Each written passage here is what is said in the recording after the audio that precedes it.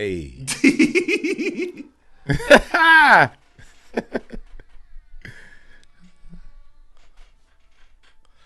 We got Tyler Chronicles in the building.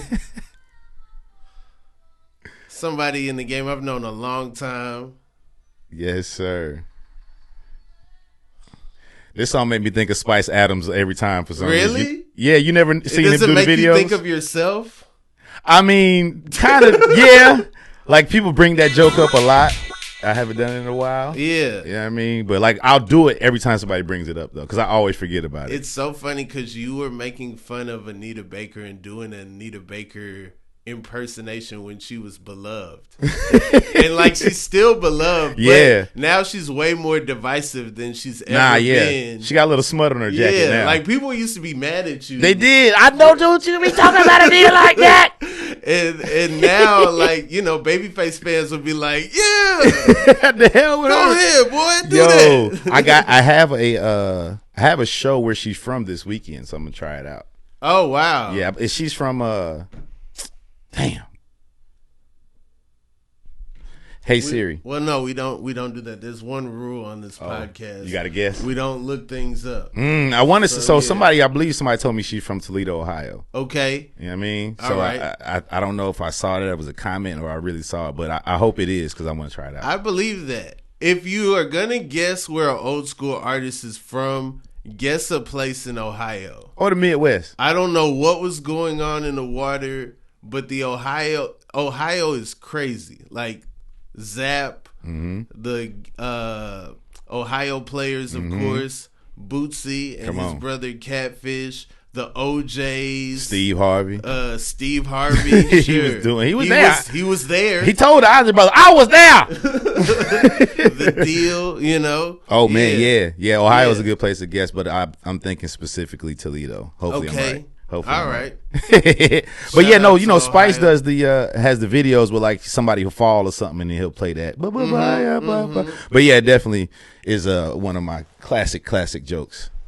Tyler, we go back to, you know, early in your stand-up journey. You were already a comedian before that, doing like improv and stuff. Yep. I guess what made you make the jump into stand-up Trill so long ago? Southside Trill. Shout out Southside Trill. Yeah, man, the homie. He's well known in the city of Atlanta, but check him out on his IG. Super talented, could do everything: dance, act, paint, sing. Bro, he made a Bob Marley face out of Swisher wraps. Wow. Hopefully I got a picture of it. I'll have to show you afterwards. But yeah, shout out to Trill. So long story medium, the improv group I was in is called Snack Pack. Me and a few other comedians. I did some shows with the Snack Pack. Yes, sir. They didn't always go well. Yeah, they did. I think the audience loved y'all so much that me being the break from y'all was jarring for some people. It is a huge jump to go from what we got going on, because it's not just improv. We're up there singing and doing like old movie scenes and shit like that. So to go from that to stand up, it is a different turn. Yeah, it is a different turn for sure. But yeah, so I was doing that, and then Trill was in the group, and one day, you know, we would rehearse like, you know, once a month or something. And one time we was rehearsing, and he was like, "Yo, I need a ride to the Cave. Like, what's going on at the Cave?" Says show. He had been doing stand up for probably like a year at that point, and I was like, "Sure, I'll take you over there." And I got there, and Drew Thomas, man, shout out to Drew Thomas. Gotta show love to Drew every time I'm on somewhere talking about it. Seen Drew, and he was like, "Yeah, you do stand up?" And I was like, "Yeah." I don't know what made me say yeah, but I said yeah. He said, "Yeah, but shoot, there ain't that many comedians. I want to put you up." I'm like, "Oh, all right, bet." And he put me up first, and I had no jokes per se. You know what I mean? I didn't know that I was funny. Yeah. I had that peace of mind with me, and I went up there and I knew I could roast. So I just started talking shit about the people. It was like 7 people in there. The Cave. Where's the Cave? Do you know where the Cave is? I don't remember the Cave. It's like Kennesaw. It was kind of far. Okay. You know what I mean? It's like up there. I still can't. I gotta ask Trill. But anyway, it was a place called the Cave, and it really looked like a cave, and had a bunch of shit in there. So I was just making a bunch of jokes about the place. Did about 7 minutes, and then I was hooked. It was a wow. wrap. 7 for your first time is yeah. That's an enormous amount of time. It is, especially back then. Yeah. You know what I mean? Now I've seen people do their first time and they'll just be rambling forever and ever. You know what I mean? But back then, you know, you had to be tight when you see other, because damn, it was another comedian that was a professional comedian along with Drew, and then Trill started his first year, and that was my first time. So I was seeing people like that really do comedy and how to get it done, how tight it was already. So I was like, all right. I felt like that 7 was too long. Yeah. You know what I mean? It felt good, though. It felt good enough to where it's like, all right, shit, let me go like say something for real. Yeah. Then you ended up hosting one of the greatest shows that I've ever been a part of, which is Make Me Laugh Mondays at Cloud9. Yes, sir. Me too. People still to this day come to me and be like, "Man, you still hosting Cloud9?" Like, I've been on television, written for a bunch of shit, and right. That's what people remember about me for sure. Yeah, man. That's like when people be like, "Man, you still play that kazoo?" It's like, no, man. The words are actually getting it now. It's crazy, you know. Yeah. People. Yeah, the kazoo was played a lot at Cloud9, so that makes the attachment. But I did want to ask, do you have it? It's somewhere. Got you. I had multiple at one point. Of course. Yeah, I could definitely find. Fuck around and lose it while you're in the midst of your kazoo isms. It's the wild part is the kazoo was Garfunkel and Oates. I opened for them. That was like one of their merch pieces, and then I like opened for them. You know, help sell the merch. Like, you have whatever you want. I got the kazoo. And then went to like 10 High, I feel like, that night, and did it for the first time, and it got such a response. I just started, and then like I had other props before that. Like, I had the keytar, but that was massive. Yeah, I remember the keytar. One time I got bumped, and then I had to go behind the DJ booth because I would hide it. Yeah, and then I would like pull it out, and I had to go and like walk away with this keyboard. And I didn't go up, and I was like, nowhere. Never again. I'm never gonna have to like lug something or almost leave something because I got bumped. And you got bumped for? Oh, it was one of them epic nights at Cloud9. It was like Tyler Craig showed up. Oh wow. R.I.P. T.P. Hearn was there. Oh, I wasn't hosting that one. Lil Rel went up. Oh yeah, I was there, but I didn't host that one. I remember Rel went up. Was Tiff there? Toure went up. Was Tiffany there that night? And then Fat Man went at the end, like always.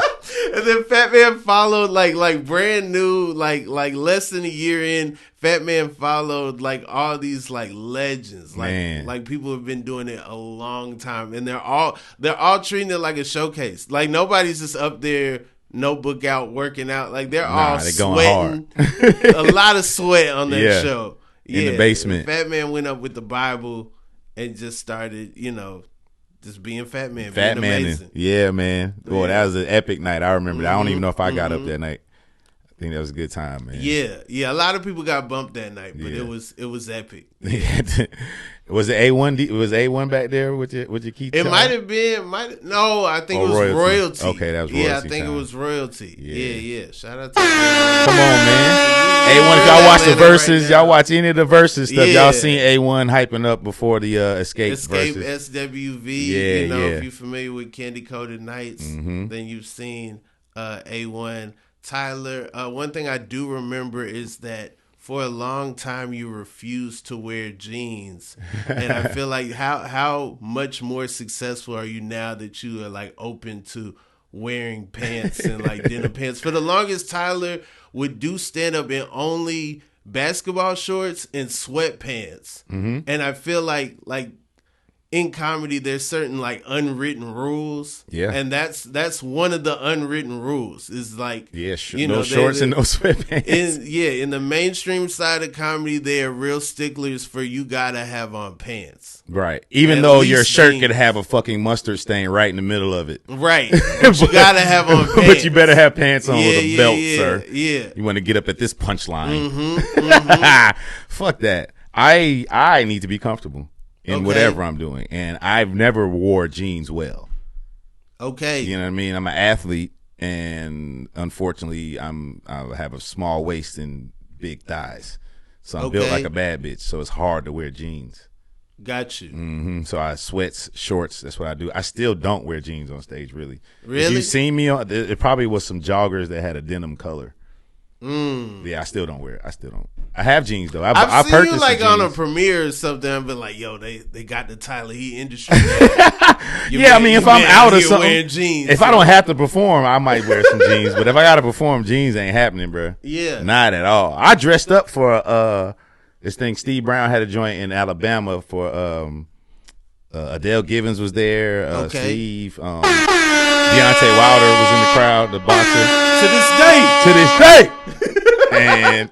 And I did it, and I did the show like I dressed up and I just didn't feel good. I had a good show, but I just didn't feel right. And I was like, nah, hell nah. I feel like if you didn't dress up for that in Alabama, you might not have felt right either. Like, you never feel like I'm underdressed? Do you ever feel like people are judging you and you put more pressure on the first thing you say by not dressing up? You know me, though. I started off in improv. So I rarely say the first thing I'm going to say that I have in my mind. I just let that guy take over. And normally it's addressing that elephant in the room that I have on a tracksuit and Ricky Smiley was just out here with a bow tie on. Yeah, you know what I'm saying? Like this, I do that a lot. So it breaks the ice. I can feel it, I know it, but I'll make a joke about it, and then it's fine. It's like I'm gonna be me. This is a comedy show still. Yeah, this isn't a fucking cotillion. That's true. It's not an auction. It's still comedy. You know what I'm saying? So so I still like to be comfortable.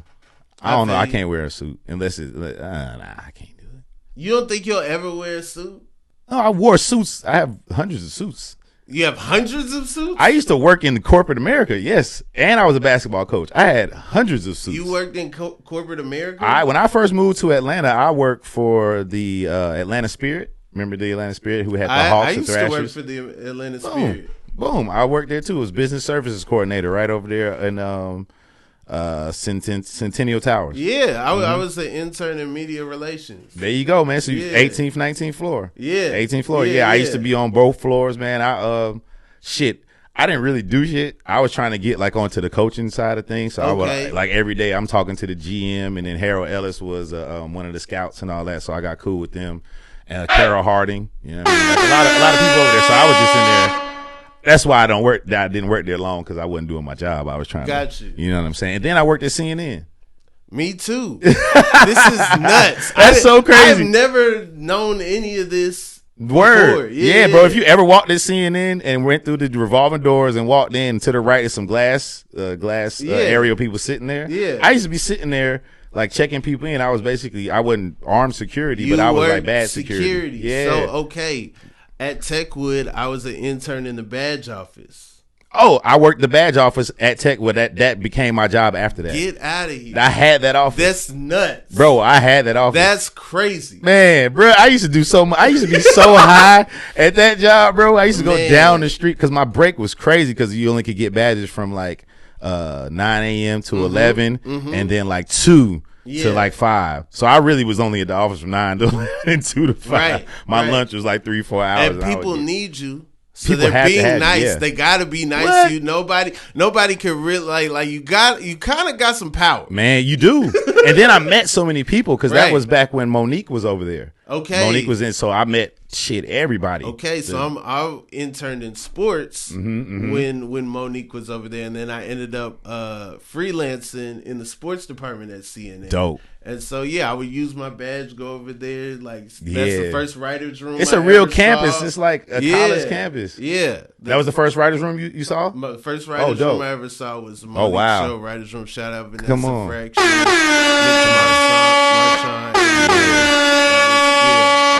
Good people to this day, man. Vanessa and Mitch. Connections I made through Make Me Laugh Monday. Real talk. Yeah, man. That was the trap for real.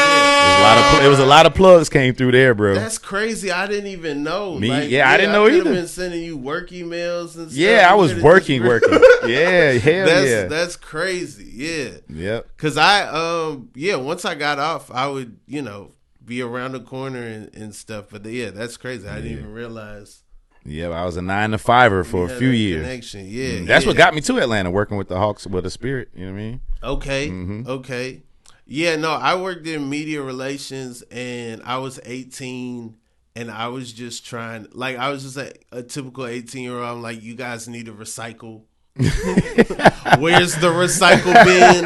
You know, and then like, because in media, you just getting the newspaper clippings. You're saving every article that happens about the team. So that was my job, to archive all the articles about the team. So then I got these piles of just newspapers out of nowhere. I'm like, yo, we gotta recycle. Like that's how I'm gonna change the game. That's how I'm gonna keep my job. Yeah. I think I walked by that room before. I'm like, what the fuck is all this newspaper? Yeah. And then after a while, I would start like posting up different weird articles that I found, and then like whoever worked, like whoever cleaned up, just didn't care about that and would just like throw them away. And it's like, damn. I got no identity. You know what I'm saying? Yeah.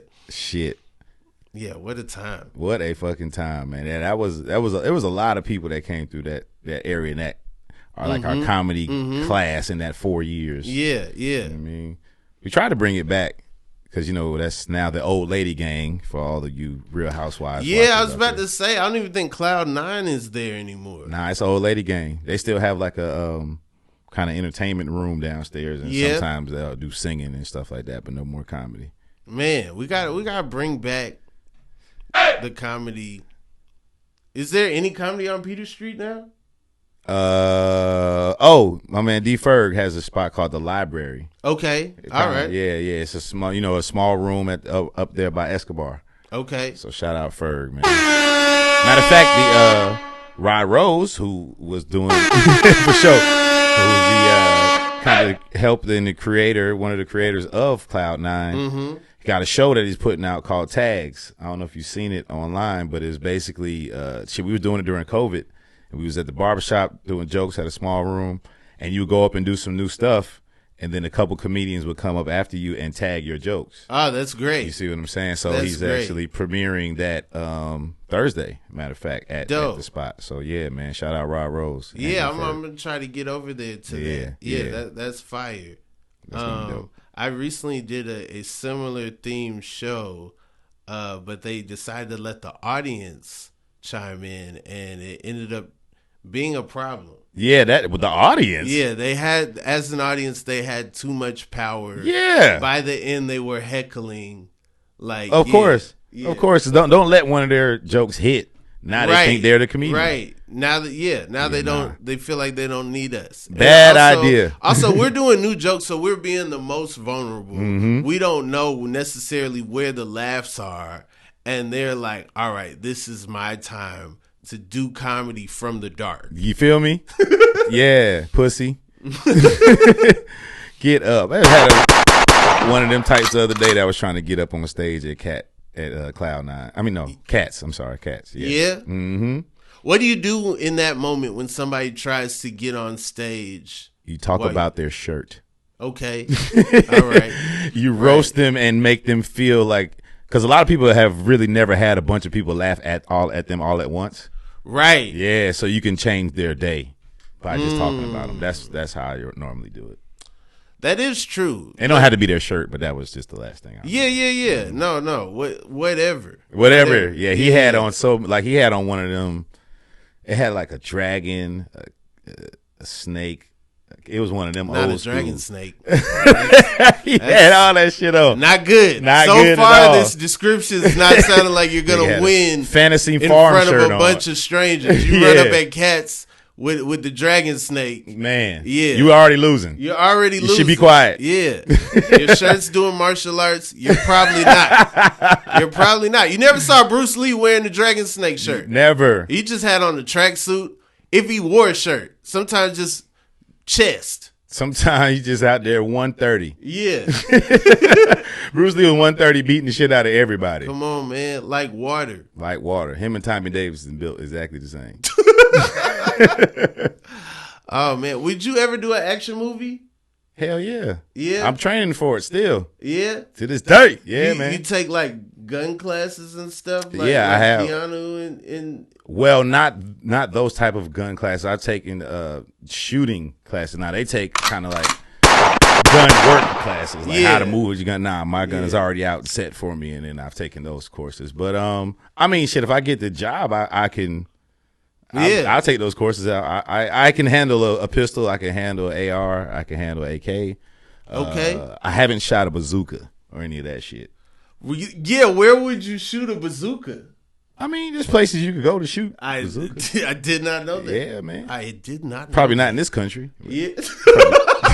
Probably go over to Turkey and catch one. Okay. Get one off. Okay. You know what I mean? saw that 50 Cent is going to be in the new Expendables, and I was like, this could open a lane of black action movies that I don't know if we've had. I feel like we've had black action stars, right? But the movies have basically been a traditional action movie. Yeah. But I would like to see like an explosion budget, but a black like premise, a black movie that is, you know. Yeah, because they put us on TV. Like LL Cool J's been a TV action star. Right. He's bought $7 million worth of hats off of that. Shout out to Queen Latifah, the Equalizer. You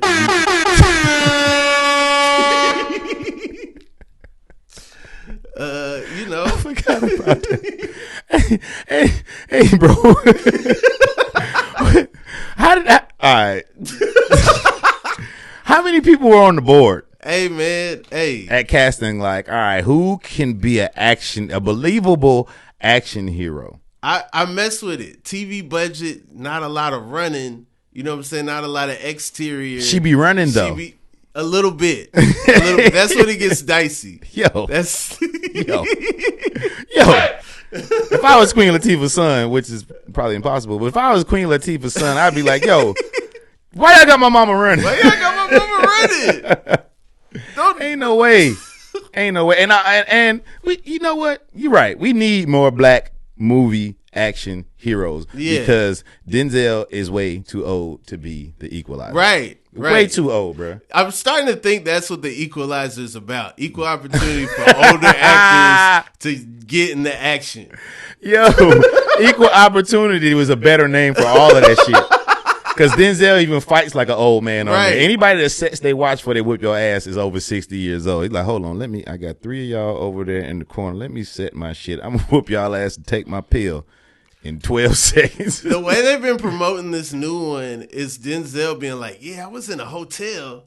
And this guy was like, when you going to make another Equalizer? And then they just show the trailer. And it's like, wait, are we just letting random people in the lobby pitch movies? Yo, where's that lobby? That's how he got. I have ideas. That's how he promotes during the strike. It just wasn't no real commercial. He was like, "Yeah, I just was talking. I wasn't promoting. I was talking. I was just talking to. I was telling the story. I stand in solidarity. I didn't tell y'all to go watch the movie. I just this is from my life. Yeah, you know. The brother asked me, "What I'm gonna do?" Harrison Ford won't stop. He'll bring back every movie he's ever done. Did you see he brought back Blade Runner. He was Han Solo old. Now he's like Indiana Jones. There's only one Harrison Ford movie that makes sense to bring back, and that's Air Force One. Because now the president's so old, it's like it would make sense for Harrison Ford to be the president again. Old as hell. Yeah. Just stuck in the bathroom, pissing. President, Mr. President, we gotta get you out of the bathroom. Get off my plane. Also, can somebody open the door? Because it's tricky. It's a new one, I believe. This is not the same one from '78. I need help. That was a good movie though. Air Force One. Yeah. Air Force One. Tyler, what's your favorite color sky? Vanilla sky? Was that the right answer? It's just whatever. Oh, I felt like that was like a when you go outside and look up. Oh, a real sky. I thought that was like cold. But like, do you like the movie I should have watched this Sky? whole podcast so I know what the hell I'm doing. Do you like the movie Vanilla Sky? It's okay. Yeah, you know what I mean. It was a big moment in movie culture.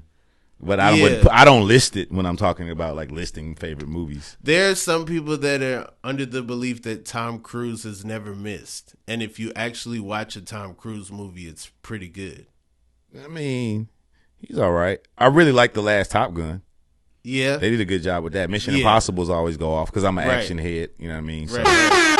but like the stuff where he's acting in, I don't know. Yeah, like I mean, like Eyes Wide Shut. Jerry Maguire was good. Eyes Wide Shut was all right to me. Yeah, it didn't really move me. I can't really remember the stuff that happened in it, and I'm good at remembering movies. It's all about the Stanley Kubrick symmetry. You gotta look in the background. You gotta look at like how the Christmas trees are pointing to like a symbol and stuff. Yeah, that ain't what I like. If I gotta look in the background of a movie, I'm turning the shit off. You don't care about Mise-en-scène? You don't care about the stuff you see on the screen? Hey, Rob, we from different places. What you mean? I'm from here. I know. Yeah. I'm from Los Angeles. Yeah. Yeah. But that's where they make movies. I know. That's where they care about movies the most in Los Angeles. Not where I was at. Yeah. I was by the Magic Johnson Theater. That's the only movies that we cared about. Okay. Yeah. And we don't be looking at symmetry.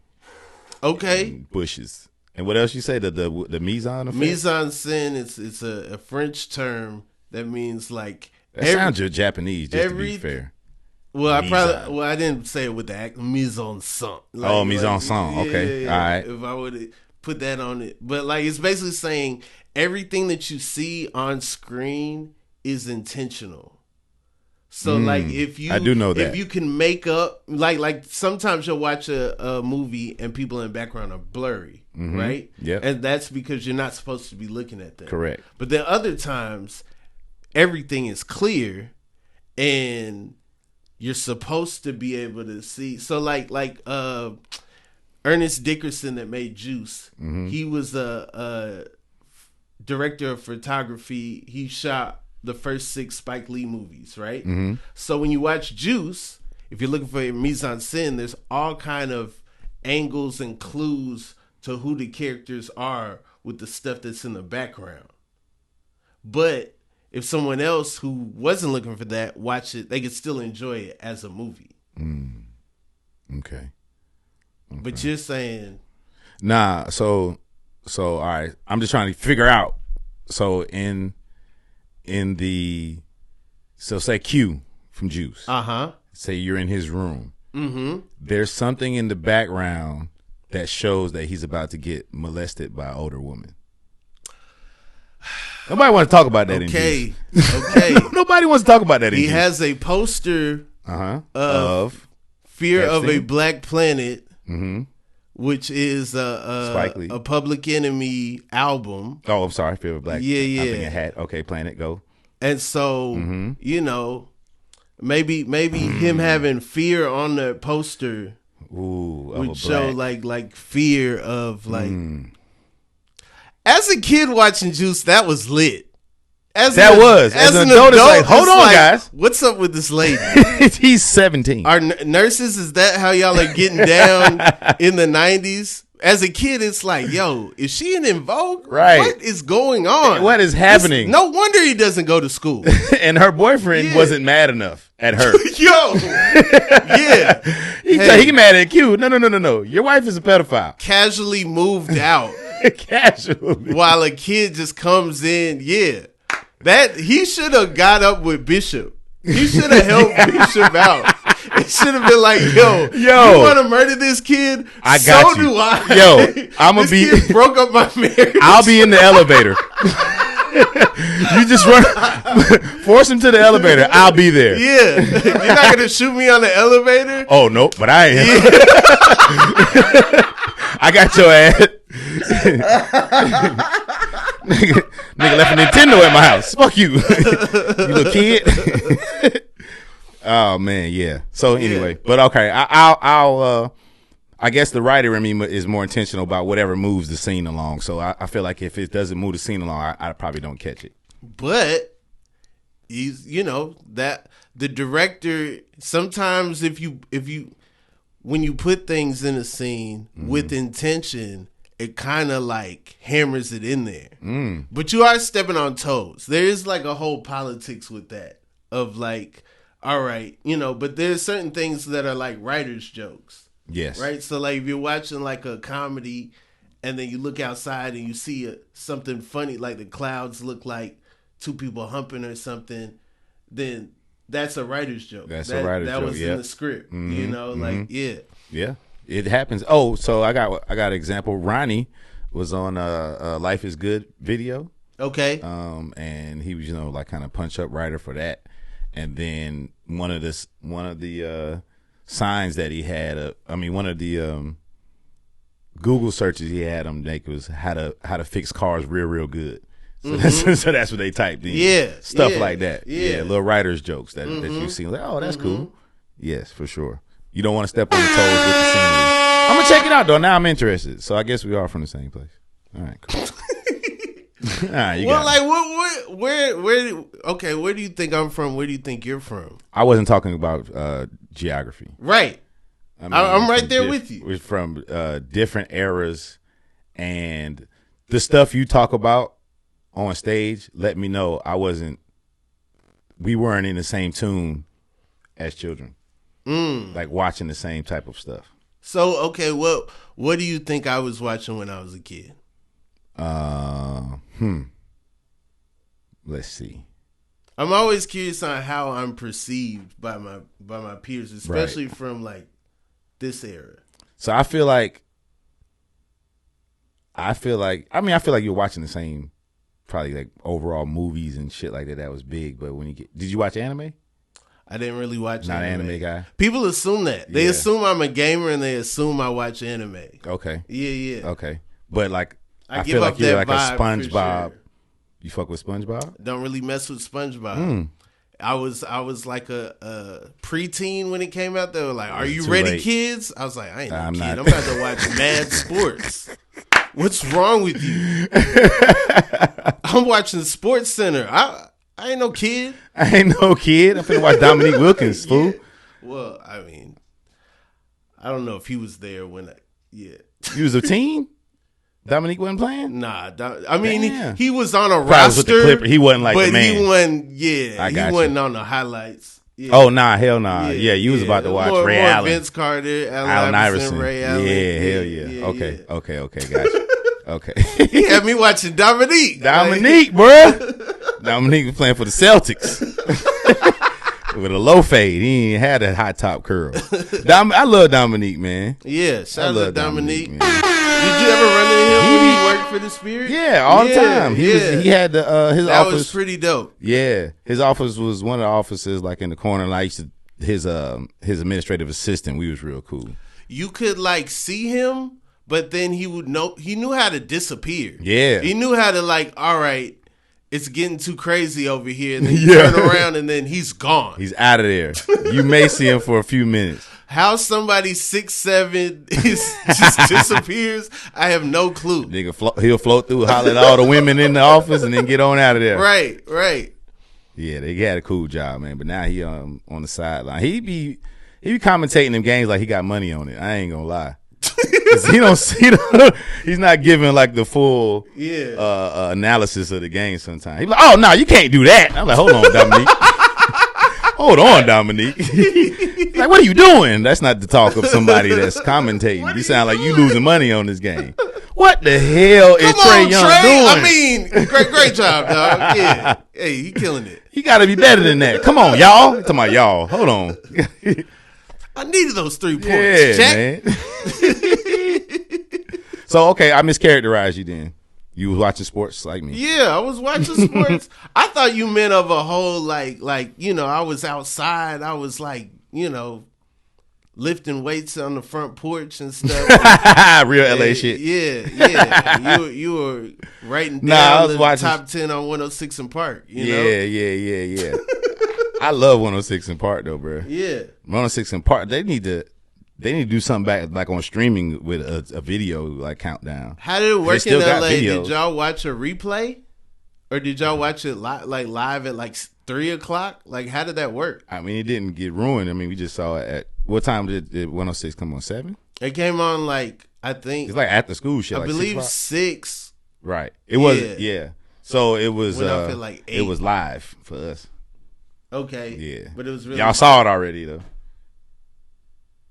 Wait, so y'all would get a replay? Yeah, because if we saw it live, it would be 3:00 in the afternoon when nobody would be home. Right. Yeah. So yeah, we would get it would say live, but I mean, shit, wasn't no social media, so you couldn't ruin it. So nobody could ruin it for you. Yeah, Yeah, you just saw it when you saw it. You don't even think that somebody saw the shit earlier than you. That's crazy. I'm just now wondering, like, what are you talking about? Oh yeah, no, yeah, shit, yeah. Yeah. Nah, so yeah, it came on whatever time it came on for y'all. Only thing that came on the same time was sports. You know what I mean? That's hard. Like, it's hard to be a college football fan on the West Coast because you got to wake up at 9 in the morning. It is as an adult. It's not as a kid, but now it's like I'll wake up and there's already a game. No college game day. Right. College game day out of the picture. But I'll just wake up now and it'd be like, oh, cool. I was one of them Friday night, Saturday. Like, I'm waking up at noon. Yeah. Saturday. I missed everything. By the time I was like, kid, preteen and with all that, I'm waking up at noon. Okay. Yeah. My Saturday was done. Unless I had a game just like Pac-10, Pac-12, just, Harold West Coast Minor. games. Niggas don't know about Harold Minor. Meanwhile, on the East Coast, I got everything. We playing all the football, get home, and it's an Oregon game on, like, at 10 o'clock at night. Yeah. We just cranking on that one. That's the night game. Hell yeah, bro. So, yeah, I apologize, man. No, it's all good. It's all good. When I think of something, I'm going to text you the shows I really think you watch, but we can't look up something now. So I got you. Yeah. Okay. All right. Bill Nye and the Science Guy, that's what you think? I used to watch that, though. Okay. Yeah. All right. Family Matters? I fuck with Family Matters. All right. Fresh Prince, Martin? Of course. Living Color? Of course. Living Single? You was watching Living Color? Yeah. Okay. You was kind of young, obsessed. No, I was like young, but I was like in front of the television. Got you. Like I remember like when Keenan left, telling my parents like, "Where's the leader?" I didn't know Keenan Ivory Wayans, but I was like, "The leader." The leader. Gone. That's what, and they say that's what kind of like ruined the show. Well, that's definitely what ruined the show because it was kind of like you could do those jokes that were borderline kind of stereotypical for black people when there's a black face. There, but once the black face is gone, it's like, oh, these jokes don't feel the same now. You know what I mean? I remember seeing The Mask and knowing who Jim Carrey was. From Living Color. Yeah. Yep. The Mask. That was classic. Shout out Jim Carrey, man, because he'll let it be known that it was black men in Hollywood that helped him get to where he was. Right. You know what I mean? Like, he was like, yeah, the white dudes was not fucking with me.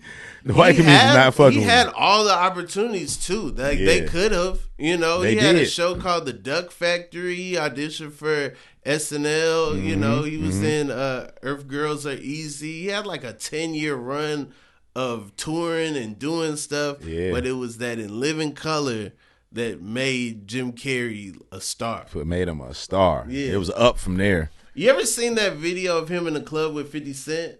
And 50 Cent's like performing in the club, and then Jim Carrey starts like doing like, the Jim Carrey. Hell nah. And I feel like that's how hot 50 Cent was at the time. That like Jim Carrey felt like, if I don't do this goofy stuff right now, somebody's gonna ask me what I'm doing up here.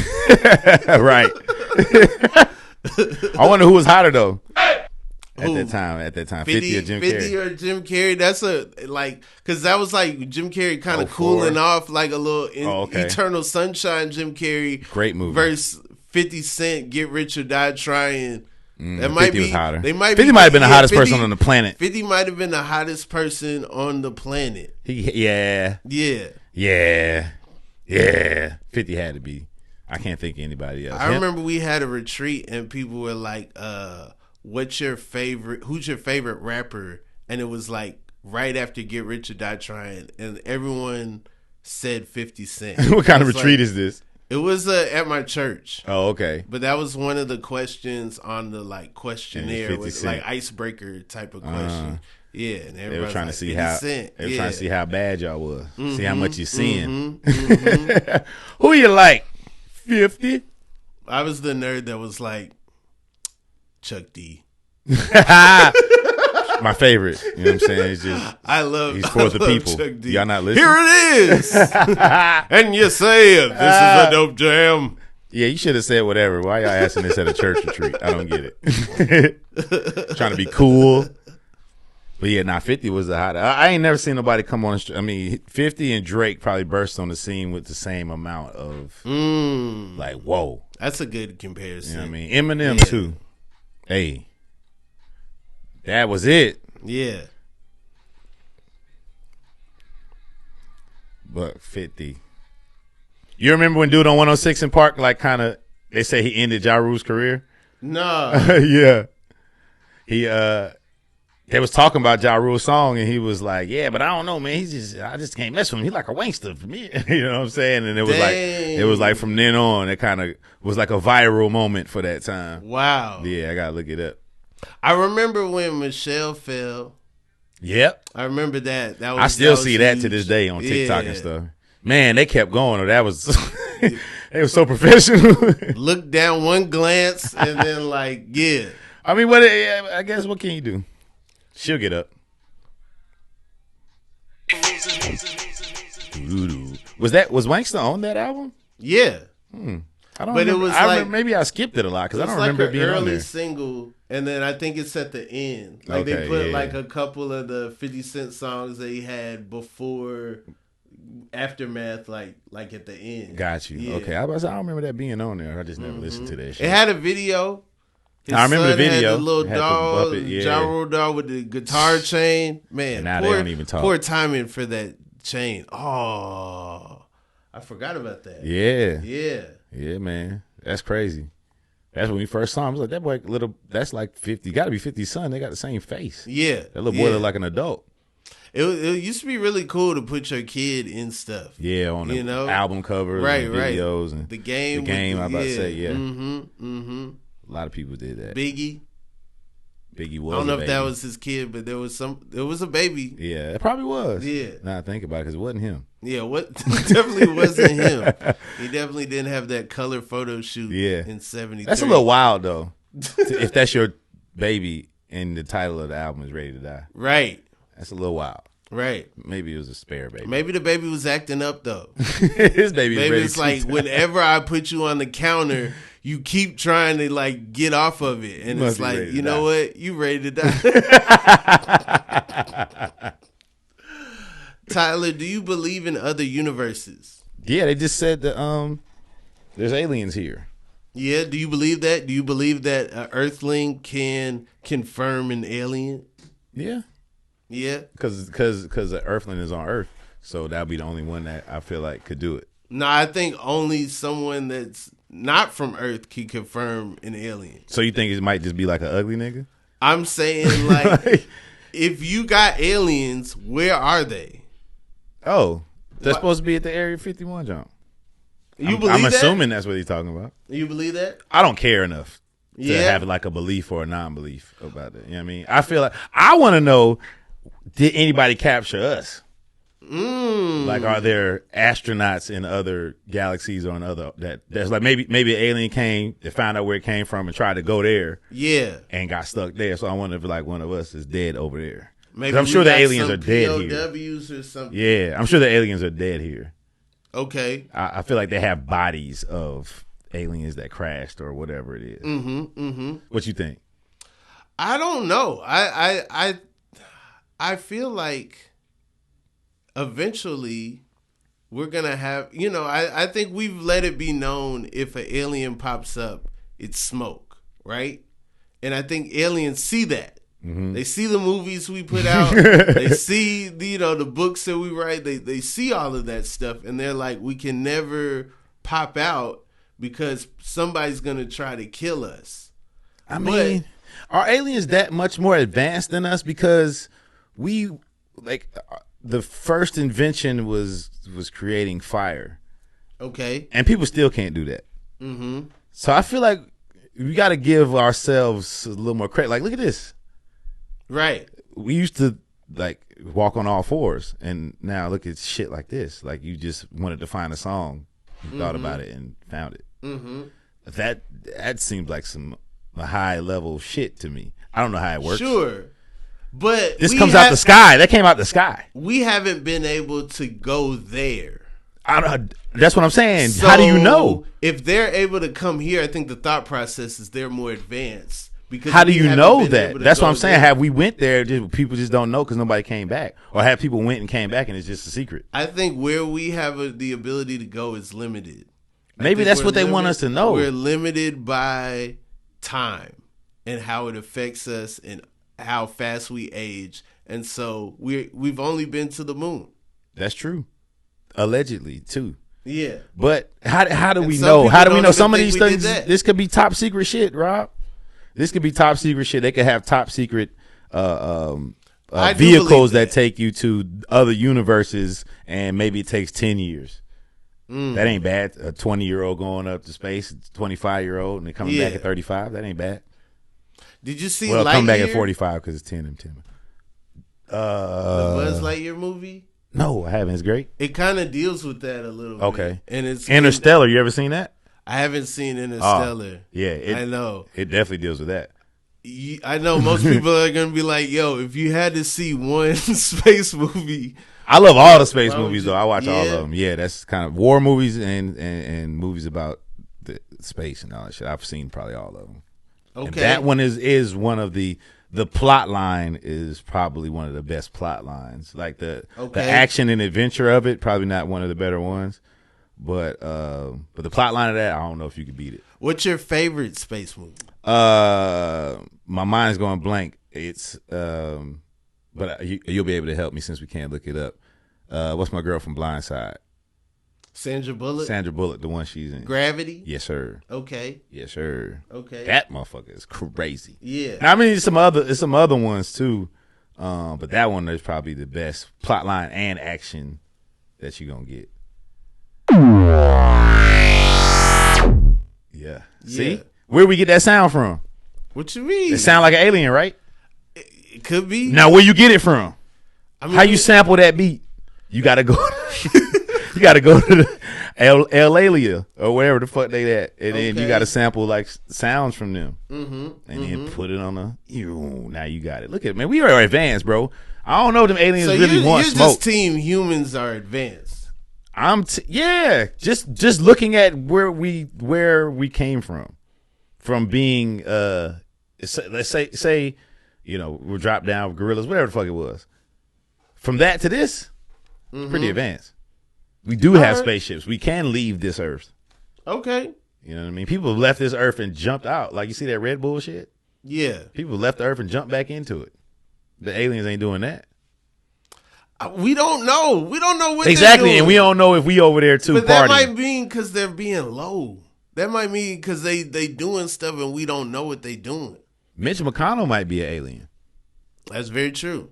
All these congressmen might be aliens because how do you live that long and still be able to walk and talk? When they had Mark Zuckerberg talk to Congress, that was one of the saddest things I've ever seen.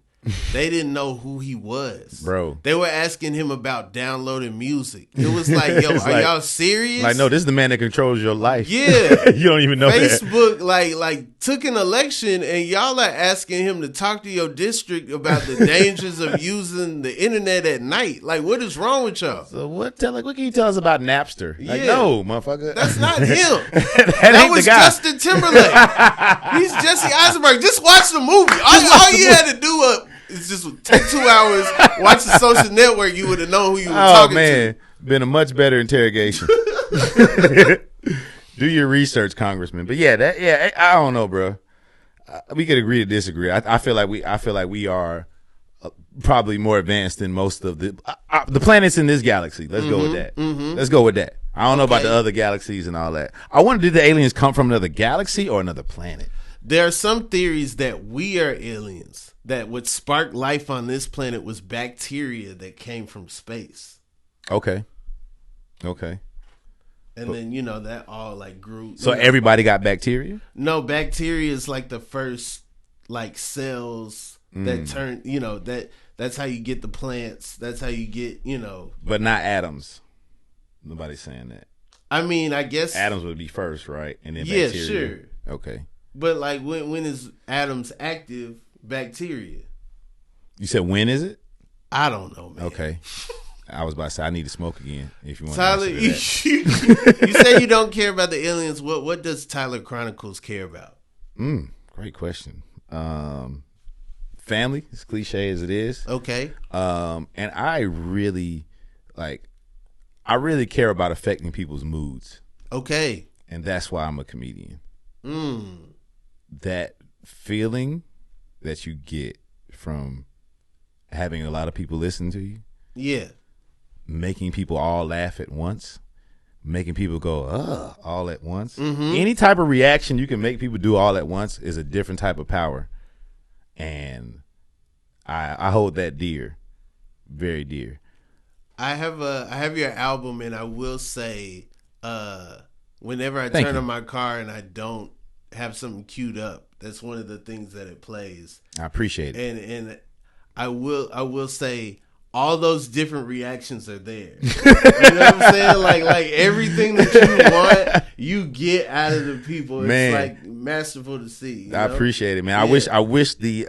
I wish I piped the audio up a little bit on the crowd. Yeah. Doing your special, that's something you're gonna be, kind of getting in tune with here soon. So it makes a huge difference, even just in the set and how you feel about it. No, but you get some of those reactions that you can't just get offline, People, yeah. Oh my God! Oh, that's crazy! Oh, hell, you're going to hell! Yeah. Like that ain't a laugh track, baby. Yeah, that ain't. You can't get that on YouTube. Yes, I appreciate that because every time it comes on one of your joints, it gives me some points towards Pandora. Let me do the little business side. It gives me a little points towards Pandora. Okay. And then they'll play your stuff on the comedy stuff on Pandora. That moves it on to Sirius. Yeah. And that's when you start making some really good money once you start getting the residuals from Sirius and stuff. So thank y'all for everybody that has downloaded it and put it in the playlist and let it run. Tyler, you write on all kind of stuff. It's so funny how I didn't even know our paths were so similar from the beginning. You're right. Like now, you write on.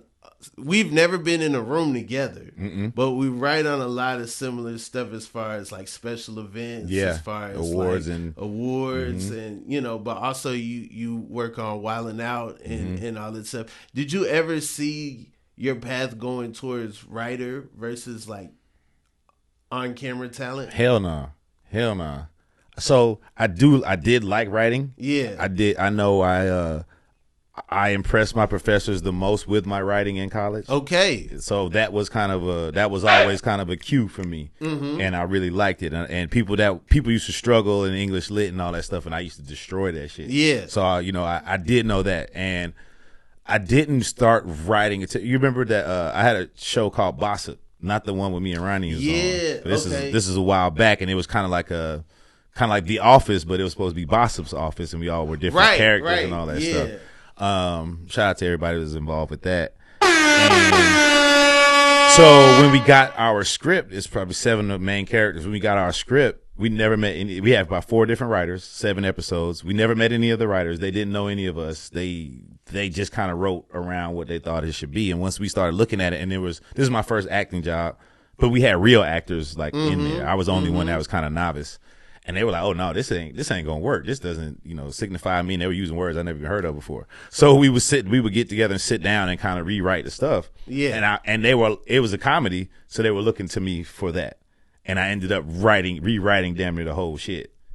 And I was like, "Oh, I can't write." And then on top of that, when we would go and shoot scenes, since it was Bossip and it was centered around celebrities, a random celebrity might pop up on set and they'd be like, "Tyler, take a couple minutes and can you write them into this scene?" And I would do that and the shit would work. So I'm not even thinking about it. I'm like, damn, I'm writing this show. I'm not even thinking about it, but that was like my first foray into it. Yeah. And then Wildin' Out isn't so much physical writing. It's a lot of like, help me with this and punch this joke up real quick kind of talking. Okay. We have to do a lot of writing in terms of like shit that comes up on the boards and when I was helping out Nick, or we have to write up stuff and give it to the guests, especially people that are not comedians that are guests. You got reality stars and shit like that, and rappers and people that have no clue about comedic timing. So you go it over with them. So then that was just like another level of, okay, I'm finding out about Punch Up and shit like that. Then moved on to the award stuff. Got into that. Shout out to Jesse Collins. If there's a black award show that you've seen on television, since 2019, I probably wrote the words for it. Okay. Yeah, I mean, so all of them. Soul Train, BT Awards, Hip Hop Awards.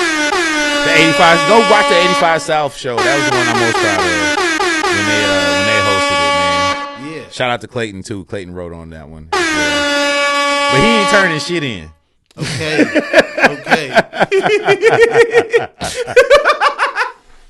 What happened? You know Clayton? I was like, this was Clayton shit. Oh my God, bro. He had some amazing shit too, bro. And he just, I don't know. He was probably working on something else, man. I love Clayton to death. He was like, oh, you already turned it in? All right, well, cool. Shit, we got it.